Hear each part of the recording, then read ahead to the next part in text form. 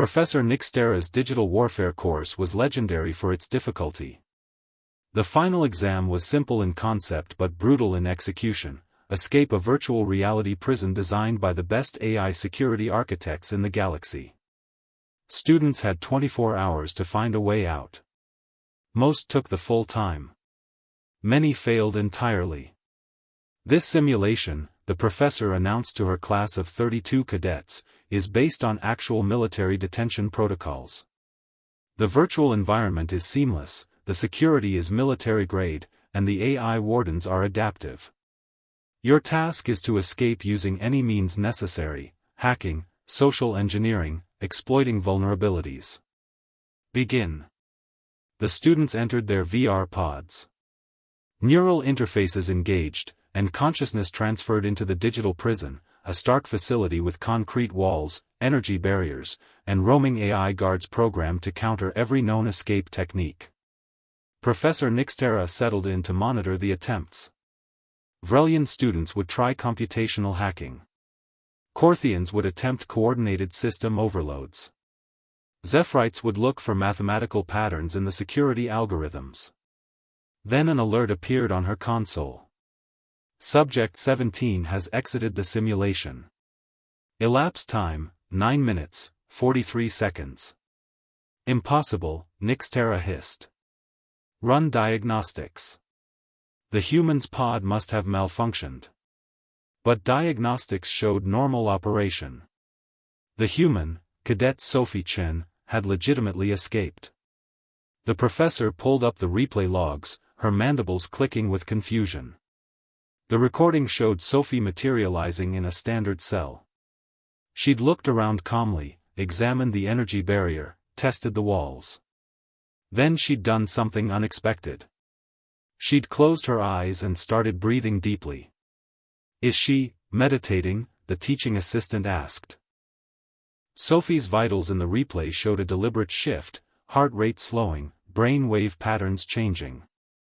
After 2 minutes of controlled breathing, her eyes snapped open with sudden clarity. She walked directly to the energy barrier and simply stepped through it. Alarms didn't trigger. Guards didn't respond.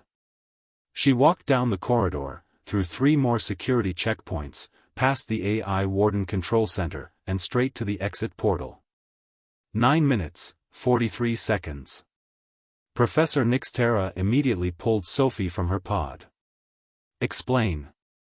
Now." Sophie removed her neural interface, looking slightly dizzy. "Explain what, Professor? You walked through maximum security barriers like they didn't exist." "Oh." Sophie stretched her neck. "Yeah, I realized it was a simulation." "Of course it's a simulation. That doesn't mean you can ignore the rules." Sophie shook her head. "Professor, humans have been exploring consciousness and reality for thousands of years. Meditation, lucid dreaming, philosophy about the nature of existence. We had entire religious traditions built around the idea that physical reality might be an illusion." She tapped her temple. "The moment I entered the simulation, part of my brain recognized it wasn't real. So I used a technique called lucid dreaming. When you become conscious within a dream, you can manipulate it. Same principle applies to VR." Nixtera's translator crackled with disbelief. That's not how digital security works." "It's exactly how it works," Sophie countered. "Your simulation is rendered in my mind through neural interface. My consciousness is interpreting the data. Once I became fully aware it was artificial, I could reject the constraints. The barriers weren't real, they were suggestions my brain was accepting. When I stopped accepting them, they stopped existing." A Vrelian cadet spoke up.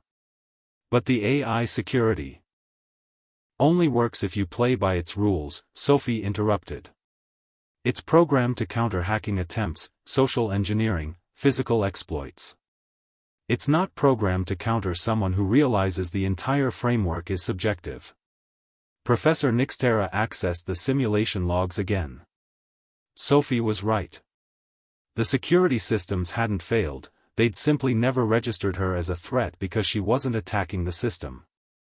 She was rejecting its fundamental premise. "This is a conceptual exploit," the professor muttered. "You hacked reality itself." Sophie smiled. "Humans have been doing that for millennia, Professor. Philosophers, mystics, psychonauts, we've always questioned what's real. Some of our oldest texts are about prisoners escaping caves of illusion. We wrote The Matrix before we even had VR technology." She gestured to the other students still trapped in their pods. "Your species trusts that reality is reality. Humans? We're suspicious of everything, including our own perceptions. Makes us paranoid, sure, but it also means we're really good at spotting when we're being fooled." Professor Nixtera spent the next 3 hours interviewing Sophie, trying to understand the technique.